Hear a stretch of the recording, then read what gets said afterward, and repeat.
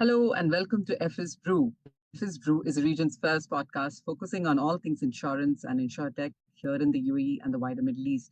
I'm Vidya. I'm the founder of Forward, a startup that works with insurance companies to build their go-to-market digital propositions.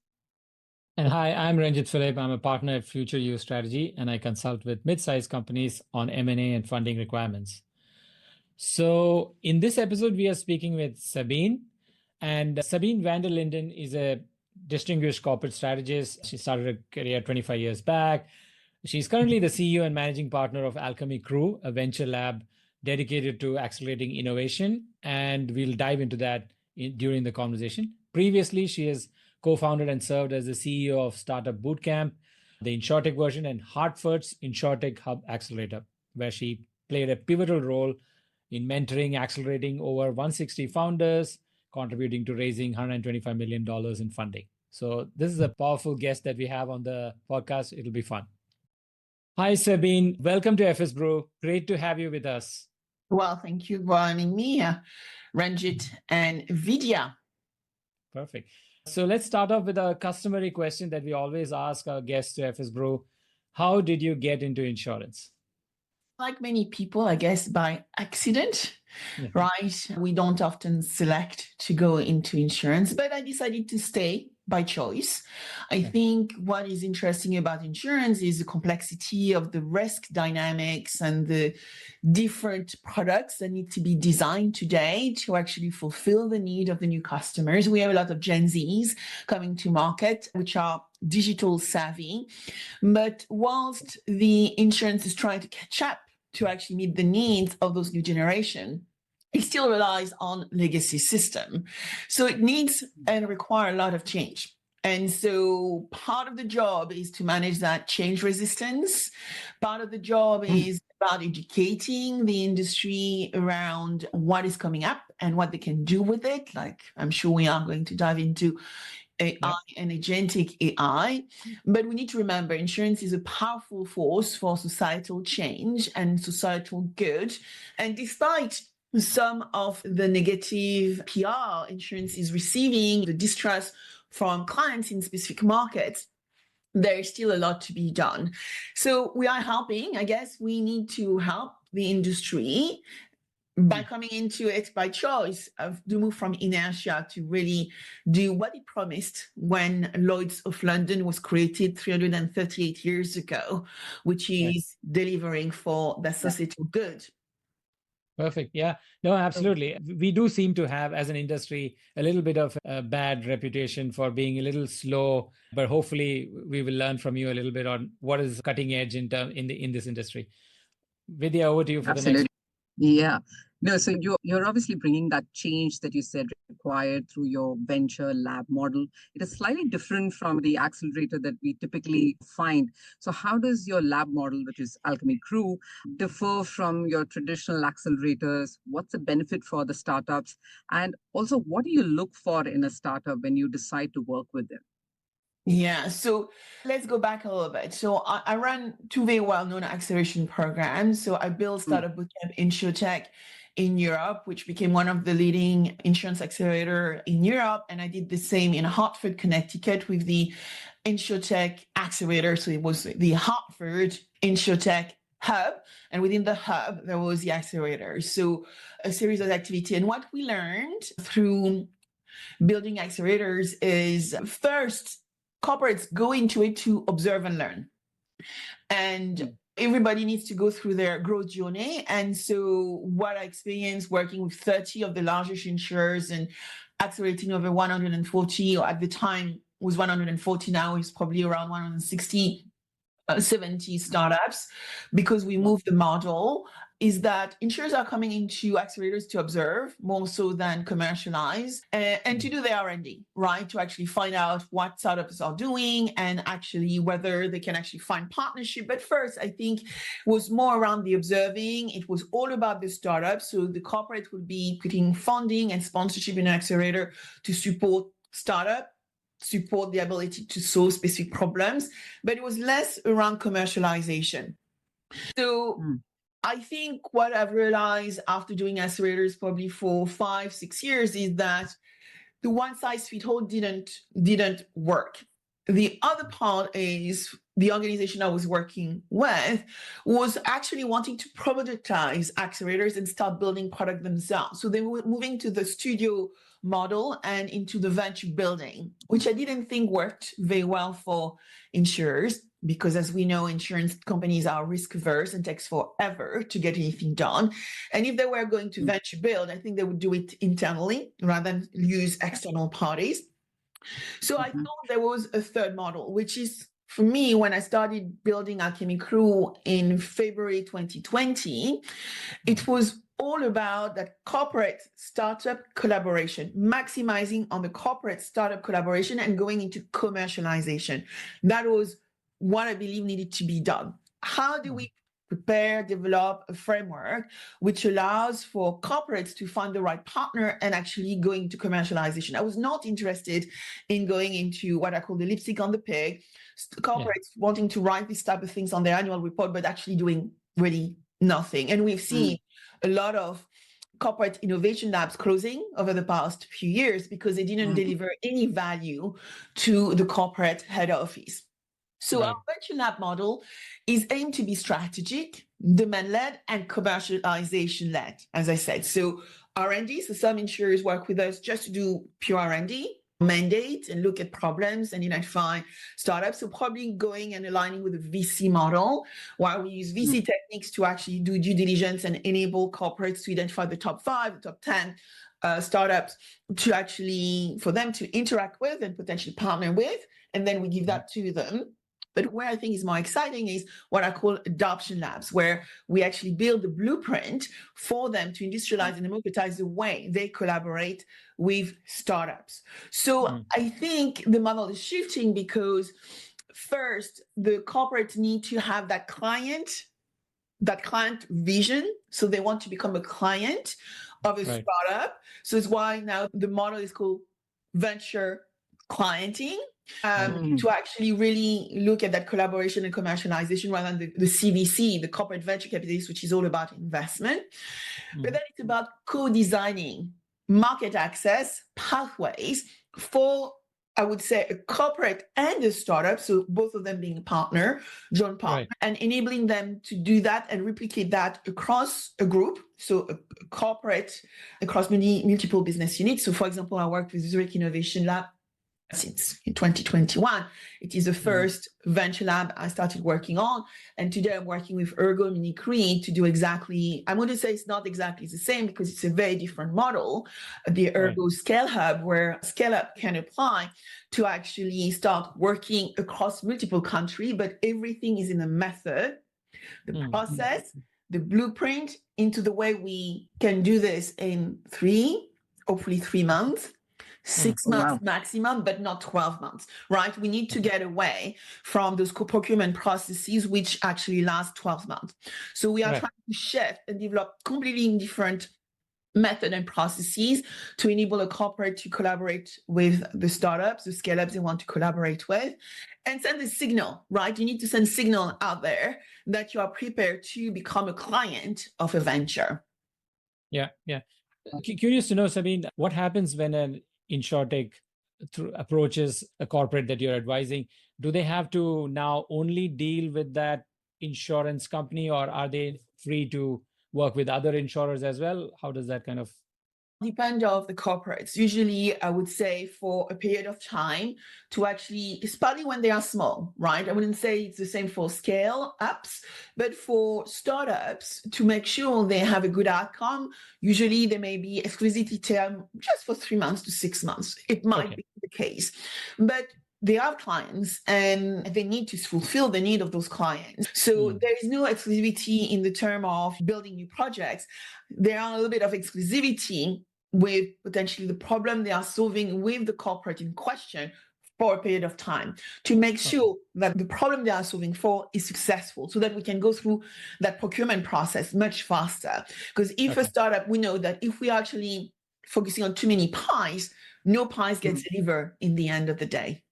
Absolutely. No, that's a good point. The focus on the problem is the key. So we actually were speaking to some of the guys from the Zurich Digital Lab, and they mentioned that it's so tough to keep up with Sabine's startups. We try and keep up with her.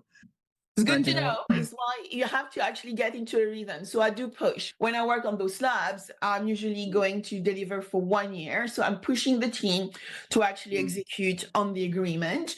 And yeah, for corporate, it's like a little bit of marathon, right? You are moving much faster than if you actually would do your day to day. But the outcome means that you become one of the few able to collaborate with startup. And while reading the book on venture client from Gregor Gimi, who actually built that framework at BMW Garage and actually coined the term venture client, which now we are using. For me, I've always used for the past 8 years, corporate startup collaboration, which are a bit longer, but worthwhile reading the book, which is Why Invest When You Can Buy, which is actually helping understand how corporate work and why corporate cannot do both, invest and collaborate. The better they become the best at collaboration and then leave the investing to different departments or to an external unit like a CVC.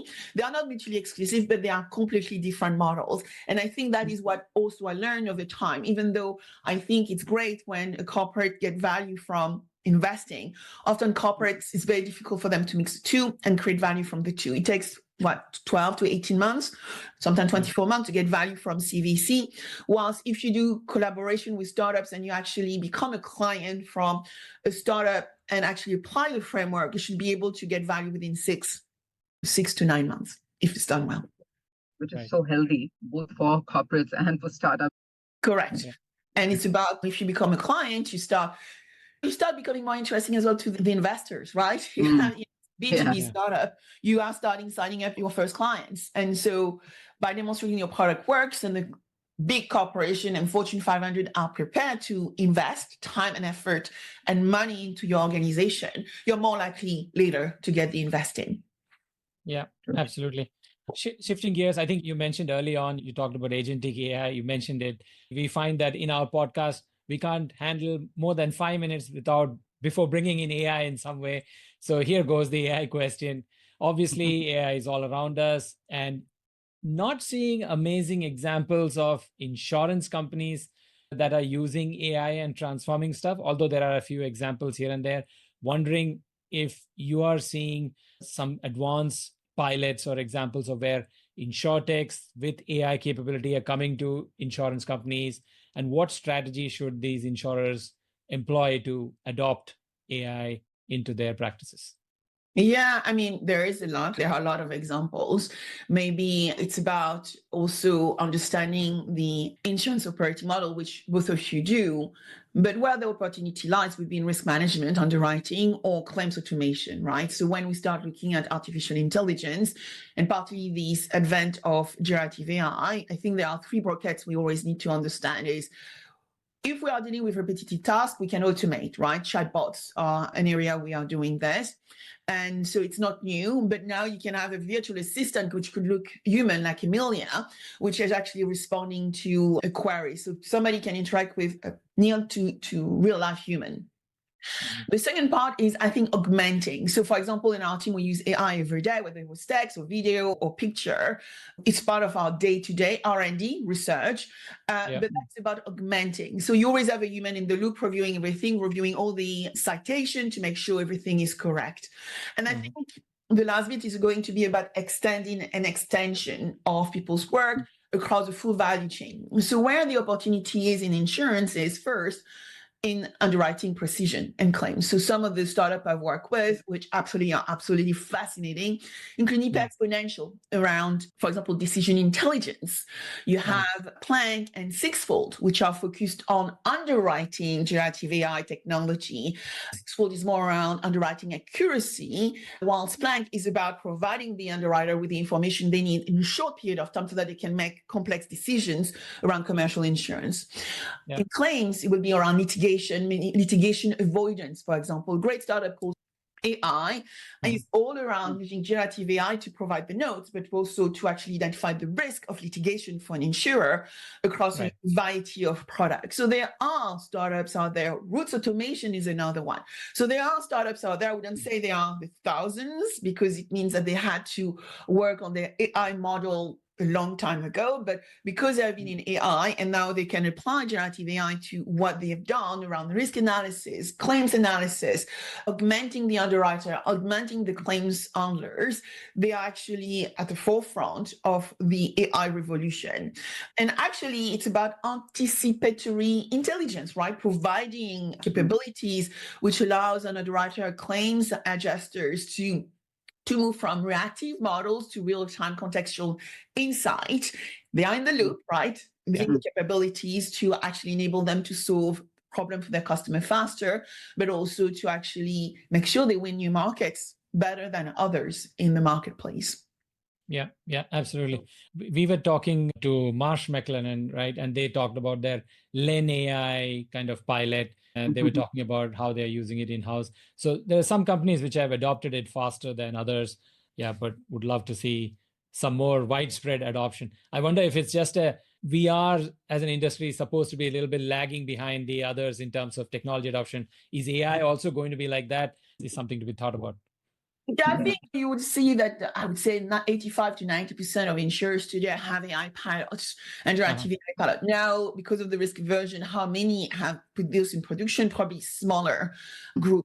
But you have insurers who are moving super fast. You mentioned Zurich. Zurich is moving super fast in the AI field. And if you actually listen to a lot of the podcasts and a lot of discussions I've had with the Zurich team, they talk about agentic AI, and they talk about agentic AI governance. So they have Lisa Betchold, who is managing and leading AI transformation at Zurich, and also applying good governance framework to make sure AI is being implemented in the right way. Okay, great. Nice. Awesome. So what are the other challenges that you are seeing in the work that you do, especially from the startups having to get integrated into the established insurers? We spoke a bit about the corporate innovation, venture clienting, and so on. But it's rarely ever simple, that whole integration. Tell us some of the challenges, some of the patterns that you're seeing. Are they geography dictated, or are they dictated by the insurer's scale and ability? So I guess the challenge at the end of the day incorporates a structure, and that structure has been built over many years, right? Zurich is 150 years. As I said, Lloyd's of London was built 338 years ago. So you have a range of insurers who've been here for centuries, I would say at least for 1 or 3 centuries. And so changing behavior, or I would say compliance governance, is very hard. And the main challenge for me is always around going around the procurement, the compliance, information security, privacy policy. So when a startup works with a corporate, it's the first area we need to solve for, making sure there's alignment between the two. But then when you start looking at the corporate, and the corporates, as you mentioned, Ranjit, speed of change vis-a-vis the startup wanting to actually move super fast, is definitely going into what I call clash of culture clash. And then alignment, so understanding KPI we are measuring, right? And so it's about being clear as to why we are going to that relationship and what are going to be the proof points for us to be successful, because corporates want to be stable, startup chase speed. And so that's where probably the venture client model become a bridge, right? I talk about the fact that we are bridging the adoption gap. So that is our message, whether we talk about technology, but how we actually facilitate those ecosystem and collaboration. So when an insurer becomes a customer, not just a sponsor of a given startup, it is about commercialization success, starting with validation, adoption, hopefully success, and actually scaling at some point as well. Yeah. And I think a related question to this is, obviously determining the success of any venture can be pretty daunting. InsurTech presents a little bit of an interesting challenge in addition to any startup's usual complexity. So what specific KPIs or metrics do you use at Alchemy Crew to say, evaluate the venture performance and also decide, hey, this has gone on too long. Let's just pull the plug. It's not working. Yeah. So pulling the plug, I would say it's great to be able to do that corporate startup engagement because you can pull the plug within 3 to 6 months, right? And so no one is wasting too much time and too much effort. And that has always been the problem with startup waiting for corporates, right? Waiting for a response. Usually, I would say 3 to 6 months, whether it's going to work or not. The reason why often relationships fail based on the experience and what I've seen delivered is not often the technology. It's often relationship. It's about getting on together. If you do not get on with one of the executives, it's unlikely you are going to be able to get on with the culture of the organization. And so it's better to say, you know what? We may not be good partner because your culture is not, I cannot fit into your culture. And being cognizant of that, I think is good. It's healthy because not everybody loves everyone, right? And so it's better to walk away. But when you start looking, for me, at the metrics and avoiding what I call vanity metrics, I would say time to proof of concept. So are we taking 3 months, 6 months, 12 months? 12 months is bad. I think the best class do 3 months. In between 6 months is when you start with your venture client model is acceptable. Conversion to contract. So how long does it take to go through the procurement process, to go and do that privacy, security, all those compliance checks, which are required to actually make sure that data can be exchanged between the systems. Revenue pilot to pilot. So venture client model, corporate startup relationship, as I said, need to be commercial. And that even during my accelerator, I was saying to corporate, you cannot come into my accelerator and think you are going to get POCs for free. Everybody needed to put money against the work because people's time and effort is important. You can't just waste them. And startup need funding to actually build the platform and grow their business. So revenue to pilot, very key. The beauty of the Zurich Innovation Championship is within 3 months, we knew there were 12 startups going into the championship. Within all the startup would review the selection process and the 10 to, let's say, 15 companies which would actually go through the evaluation. Let's say the top 10 knew that they would get revenue to pilot within a month. And being clear around the terms of the engagement, it was you accept the contract or not. This is your choice. We are moving fast, and that is super important. And then it's about repeatability of the use case. So again, I'm going to use Zurich Innovation Championship an example because it is a global program, 150 countries, I believe, and I was fortunate enough to work across 14 countries. Imagine for any startup to start with one market, and if they are successful, they can actually apply this across multiple markets. And so repeatability of the use case become really crucial. So strategy value to partner portfolio management, I would say, becomes critical, and taking the friction out of this engagement is clearly important because at the end of the day, it's about finding new revenue streams for both parties. The KPIs will also look at differentiation, uniqueness, and how we are going to build revenue together. It's a joint relationship, and therefore enhancing resilience amongst all parties. Yep, makes sense. Very nice. Superb. Switching gear to something more poignant, it is around the climate risk. You've written in your recent article about the 4 possible futures from an insurance and climate tech point of view. Planetary resilience is an outcome. A collapsed economy could be an outcome. You also spoke about scenario planning is very essential for insurers to be prepared. Now, which of these scenarios do you think realistically the insurance industry is currently going towards? And what steps should these insurers take to make sure that they're going to the right direction? So I looked at 4 scenarios, right? And so 4x4 matrix approach, starting on the left bottom, protectionism, moving into the collapse economy on the right, going up, we go into planetary resilience, and then what I call the nirvana, right? Accessing an integrated model whilst facilitating market access. It's a risk as a service capitalism, right? We are still working for capitalist markets where we still want to make money, but we need to make it responsibly, looking at the piece of sustainability, planet, people, profit. So profit's still important, so that because with profit we can reinvest, and so therefore we can grow. The key is, I think right now, and we're feeling it, right? We are going into a period of protectionism, right? We see a lot of nationalism happening across the globe, a lot of uncertainty, and wondering what is going to happen next. And so what I would urge, I think, companies is to actually look at how we can start building planetary resilience and then start building risk as a service capitalism. But the one, I think, model which is the most imminent drift is a collapse economy. Unfortunately, whilst it's still market driven, it's fragmented. And the more fragmented we are, the least likely we are going to succeed to actually deal with the protection gap and finding new products and services serving the people of tomorrow. The more difficult we will see the ability for insurers. We are seeing insurers coming out of states, for instance, where they do not want to insure properties anymore because of the value of the risk. We're going to actually see insurance only for the rich. So we need to find the best way to make sure that with climate risk, we can still insure the vulnerable. And we do that without underpricing. Pricing are increasing 40, 50% in some states. It's not affordable. And so how do we predict and prevent risk and actually start looking at prevention mechanism to help people prepare better?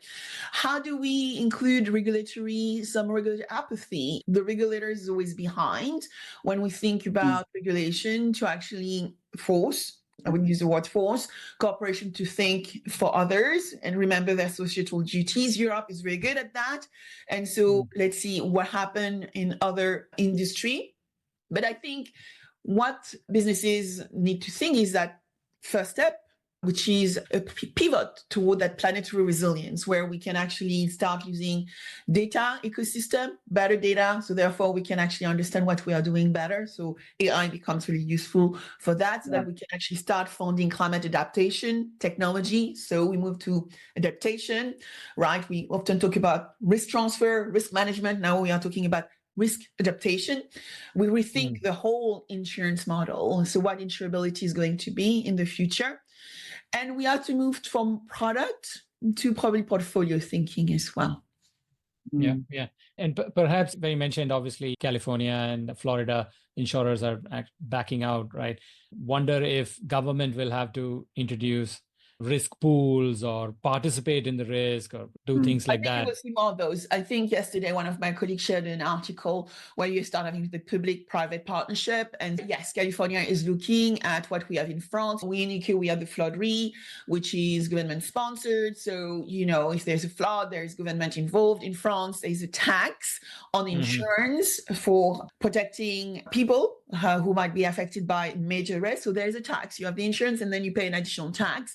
And so that is where we go into now that the public-private partnership and making sure that we can cover the cost. And so there's a tax. And I think you may actually see that as well in California too. Yeah, makes sense. Now, shifting gears a little bit, going to the personal side, obviously you've moved from early days in corporate strategy to supporting entrepreneurship, and now you run your own firm. How has your leadership style evolved as you've transitioned from being that corporate strategist to InsurTech entrepreneur?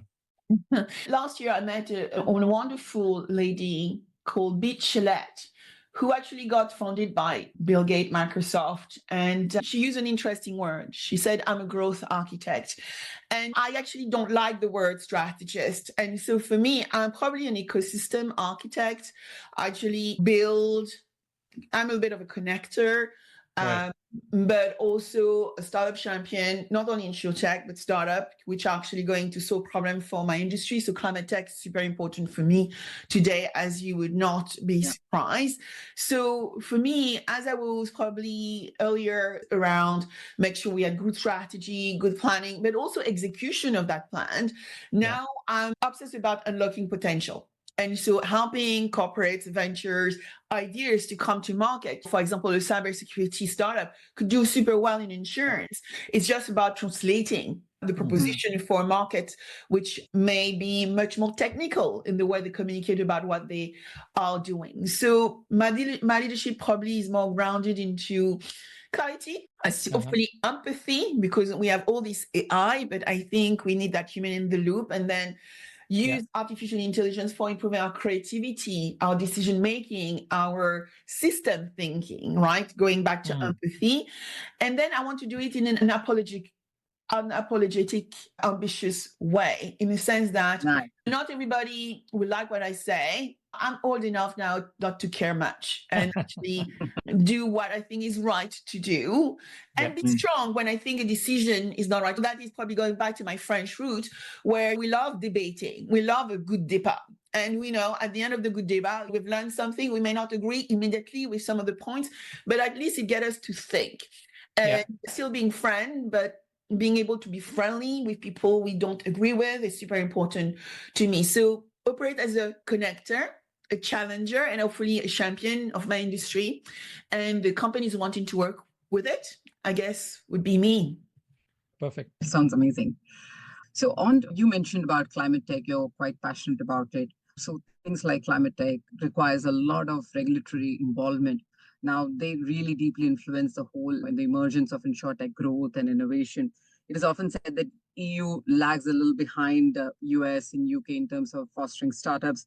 Do you agree or disagree to that? And how do you anticipate a regulatory shift will shape the whole InsurTech playing a role quite significantly? Yeah, EU regulation, love and hate. I would say yes and no. So there is a good part of regulation in the sense that at the end of the regulation is about protecting the customer. And I think people need to remember that I live in London and I used to be a regulator myself, working for the regulator in Lloyd's of London when regulation used to be at Lloyd's. And so now it's at the FCA, and it's all about conduct risk. It is about protecting the customer. So the EU for sure lag in flexibility. I don't think it's intentional, but it's about speed and actually getting all the input from different constituents from all the European countries to actually make sure that the regulation is fulfilling a purpose. So you have the GDPR, and then you have the AI Act, which came about to actually really understand what is good technology, what is not protecting the customer, and actually what systems should look like, and what accountability and responsibility software company building AI system or using AI system need to actually put on themselves.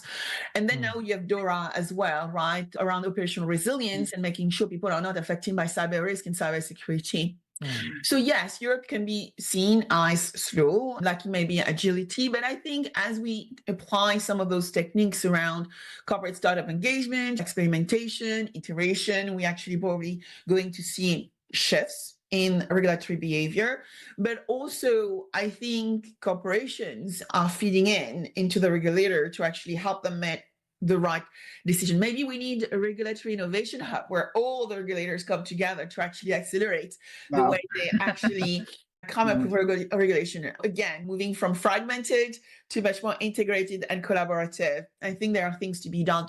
But I think the next frontier for regulation needs to be outcome-based, not about compliance. And I've seen personally, even in AXA and a number of insurers, the way they actually do apply regulation, like governance, for instance, it's much more of an outcome-based partnership level within the corporation where constituents, employees are being told why actually they need to be careful, whether it's cyber or AI. And so I think compliance would be the wrong term for regulation. It has to be about outcome-based decisioning. It's about making better decisions. And I think anticipating how we can test new models, the next generation of models into sandboxes.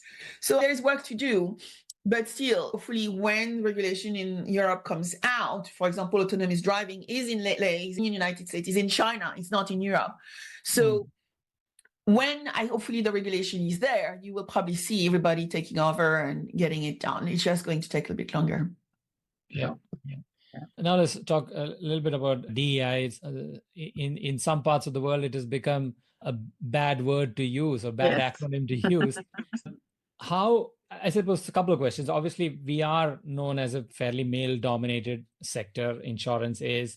What actionable steps can companies take to foster inclusivity and diversity? And what do you practically advocate for with companies that you know or with your own company to improve diversity and inclusion?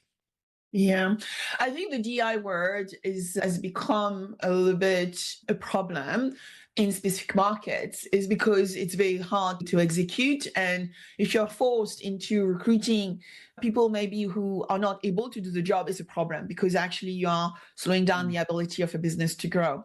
So I think we need to look beyond what we call tokenism. Just having people of color or gender diversity, just because we need to tick a box. We need to still to look for the best talent, and maybe in some industry the best talent still remain heavily men and less women. And I'm not saying it's right. It means we need to start again at STEM, at educational level, to make sure we're 50-50 and we are bringing the next generation with the skills they need to actually be able to take the jobs and take leadership roles and have those soft skills so important and required to become a leader. What I see is with the Gen Z generation, right? They don't want to talk to people. They want to hide behind a computer. So those very important leadership, soft skills just disappear if you cannot engage with people. And sometimes you just need to learn through observation, right? So for us, Alchemy Cruise, so two sides, right? We have that creative side because we work with brands and do a lot of media work, but we have the venturing side as well. We have to actually look at diversity even in our deal flow. When we look at startups, for instance, we actually tend to look at whether founders are mixed. And I tend to critique when actually you see an all-man leadership team, so that they actually think beyond themselves. And often it's friends coming together to build a startup. So they need to think beyond the friendship, because at the end of the day, to scale, they will need different type of skills, partly if they want to fulfill a new customer base. But then you also look at the cap table. You start looking at who are the investors, are they still the same? And when you have people in the room, how they make decisions, is everybody able to speak, or only 2 or 3 people speak, only the leaders, right? Then you start setting targets, audit the process, invest in founders who might be a little bit different, and put them front and center so that people can actually see a different type of leadership. My call to action, though, for the industry would be inclusivity. We talk about diversity, but actually it's about inclusivity, and then equity, in the sense that if you have everybody, for example, I try to make sure everybody's at the same level, is paid the same. Now it's all about performance, so it doesn't mean that everybody who are not achieving their target will get the bonus. You see what I mean? But at least for the same role, you actually do not see any change of salary. So I'm trying to be really critical on that. So inclusivity for performance becomes actually critical. And then it's about holding leadership accountable to think beyond what they are used to do. And when HR partners become critical part of the equation as well. Absolutely. Makes sense. So I think we've pretty much come towards the end of the first half, or the first section of the interview. Is there any question that you would have liked us to ask you? Are there any InsurTechs in your portfolio looking to expand in the UAE? Definitely, I believe. So I had such an amazing experience when I went to Saudi. I worked with Tawuniya last year, and I had such a wonderful time. And so I was often tend to tell them, I could not wait to come back. I need to finish my work with Ergo, but then I'm coming to do your venture client model. I'm coming to Saudi to work with you. Was it with Preeti, Sabine? It was with a variety of the executives at Tawuniya, within digital, within task management, within technology. Yeah, there was a lot of people, but really an amazing experience. And that is one I will definitely look forward to experiencing again. But as you said, when you start looking at the ratio around startups, still, I would say 30%, 40% come from the United States, 30% probably from Europe. I would say another 30% from the big number from Asia. And then UK would be probably around 40% in Europe. Fintech, tech companies come from the UK, then France, 5%, Germany, 5%. And then you have the smaller number like the UAE, 1-2% and stuff like that. So I think as the world is shifting and fragmented, more startups will want to come to the UAE and actually start working with businesses there, partly because they're actually welcoming to innovation and they actually have major 2030 deadline around digitization. Now, one of the questions maybe we could have dove into, going back to the scenarios, how do we future-proof insurance in the world of accelerating shocks? We have a lot of shocks happening. How do we start solving for it? And who are going to be the resilient organizations of the future, which actually need to digitize? Still a lot of legacy stuff going on in our industry. We need to move away. And when I start talking to insurers who, for example, live in Ireland, where it's direct to consumer, no broker, they don't have a choice. They have to go fully digital. So it's very interesting to start talking to insurers who do not have a choice if they are retail insurer in markets which are fully digital, where people do not like talking to each other or seeing each other face to face. We have a major issue in London. A lot of retailers, 40%, 50% share down from stock market. Why? Because they have all to close their physical shops in major retail areas, right? And so how do we prevent for that? How do we future-proof ourselves for the future and make sure our clients can still sustain themselves? I think it's going to be an interesting one to try to answer in the future. For sure. That's a thoughtful point you've left us on. I think what we will do now is go into our rapid fire segment, and we'll just take it between the two of us. And obviously the answer has to be in 60 seconds or less. That's the usual. Okay. If you're ready, let's go for it. Okay. One of your favorite books or more? Yeah. So I think everybody needs to read The Innovators Dilemma from Clayton Christensen, because it's still relevant and it's actually more relevant now than before. Now, the book I'm reading now is Supremacy from Kapami Olson, author of We Are Anonymous, which is all about Sam Altman and OpenAI. Then the third one would be Invisible Woman, Caroline Criados Perez, which is going to be relevant for you, Vidya, because it's about living in a world of creating for men, G. And so therefore, how do you become more visible in a world where you have been invisible? Oh, that's a fine collection. Okay, what's your favorite hobby or pastime? Sitting soulfully by the beach. People know me when I'm gone. I just like a nice sea, and probably because I'm a Cancerian, I love the sea. I love to be soulful. And it is for me a way to be very strategic. It gives me the water, it gives me a lot of strength and stamina, and then allows me to write. I love writing by the water. I love the sun as well, and sitting on my chair with my hat in the garden. So for me, my pastime, if I could do that every day, Ranjit, I would. You'd be very happy. Dubai is your place. Very happy. Dubai is the place for it. Yes. And alternative career if you're not in this current line? So I love writing. So what about war correspondent, telling untold story, and maybe we can be frontline for startups, right? And talking about the change they are bringing in this world. Wow, nice. Vidya, over to you. So who has been like the most, who has taken the most influence on your leadership approach? So I would say I have two. Michelle Obama, right? Compassion meets conviction, same color. And if you look at my vision board, there would be Michelle Obama, but then there would be another woman, Oprah Winfrey, because it's about teaching others in a fun way. And people call me often, I'm the InsurTech queen, but also the Oprah Winfrey of insurance. Very nice. So insurance leaders are able to talk freely and openly to you when you get them on the table. Okay, great. Which is a skill we are lacking in any case, because sometimes I get calls when we're on project, I get calls at 1:00 in the morning. Yes, executive can talk to me absolutely freely. And probably part of the passion was also running my own podcast, and it's a top 6 podcast in business and entrepreneurship called Scouting for Growth. So hopefully I've learned from Oprah how to also run a good conversation. Nice. What is the one personal achievement you're most proud of? So creating platforms, I would say, when you actually work in corporate and you have been a consultant and then you're actually learning new methods, whether you look at Startup Bootcamp or different accelerators have built, or what I'm doing, the goal is to build platforms, to build communities, to actually solve for the underserved, underestimated founders who are out there. I'd like to be a global player to actually bring the voice of those who are going to be the most relevant for the industry forward, so that the one who do not have time to do the research can actually find a bit more about those great founders. Right. So what's the advice you'd like to give to aspiring professionals who want to take up leadership role in InsurTech industry? Insurance is not easy. You need to have actually some energy to get into the industry because it's risk averse, so it's long. But we are trying to solve this with the venture client model. So I would say lead with courage, right?